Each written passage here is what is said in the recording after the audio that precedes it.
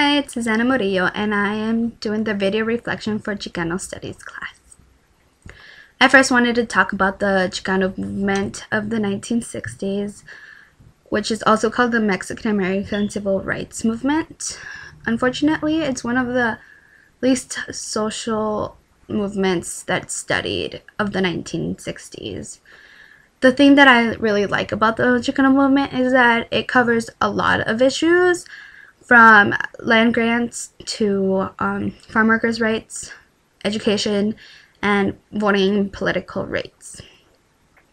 The one issue that I really like about the Chicano movement is the education part, the taking back the schools, which is took part in the Los Angeles high school area in 1968.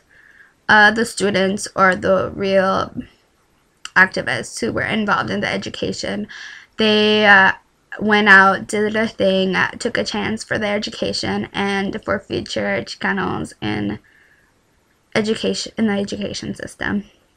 Because of them, I am lucky enough to be where I am today with education. I don't know if I would be in college if it weren't for them, which I'm thankful for.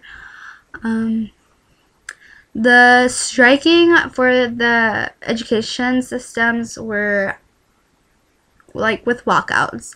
They were because of high school dropout rates, which are high, were and are now. It's still evident, unfortunately. 48% of Latino students are graduating high school. The school curriculum, the lack of Mexican-American teachers in the school system, that is also lacking today, but it is improving a little.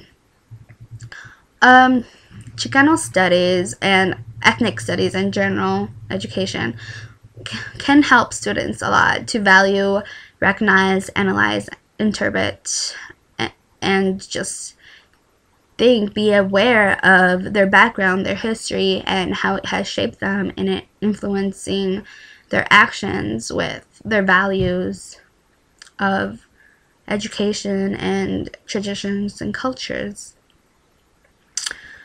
In the present, unfortunately, there was this bill passed in May in Arizona that unfortunately some people, congressmen in Arizona, thought it would be a good idea to have this law where it prohibits any classes that promote the overthrow of the U.S. government, promote resentment towards a class or race of people, that are designed primarily for students of a particular ethnic group, and that advocate ethnic solidarity instead of treatment of students as individuals. Unfortunately, people had a chance to vote for it, and it got passed.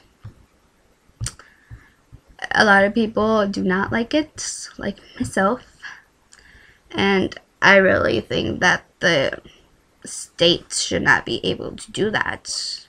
I really wish something should happen, so it should just get dropped. Because according to the 5 promises of the U.S., America's 5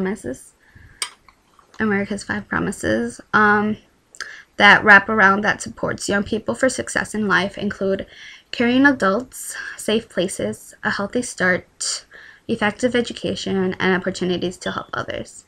In the effective education, all students need the intellectual development, motivational skills that equip them for successful work and lifelong learning. They need effective education, challenging expectations, guidance, and mentoring. And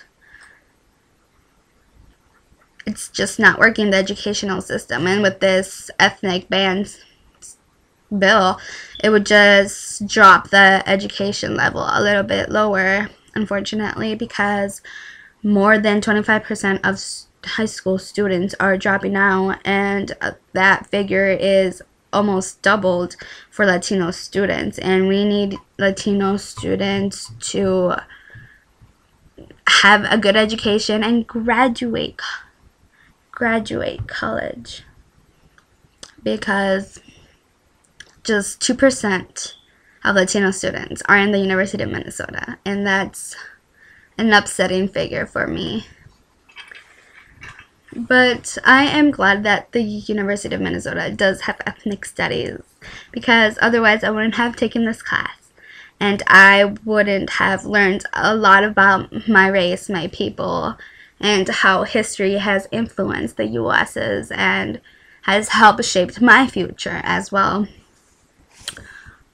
Here's a picture of me when I was younger.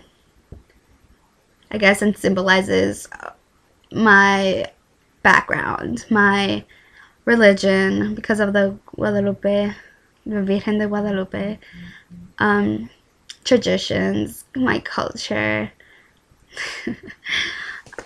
I just really like this class. It helped me find out more about my culture and how it's just everywhere for me. Like, I learned so much. Like, I wish they should. I really hope that they have ethnic studies everywhere, because students need to learn about their background to get ahead in life, because you just lose a little bit of yourself if you don't know where you came from and how you got where you are today.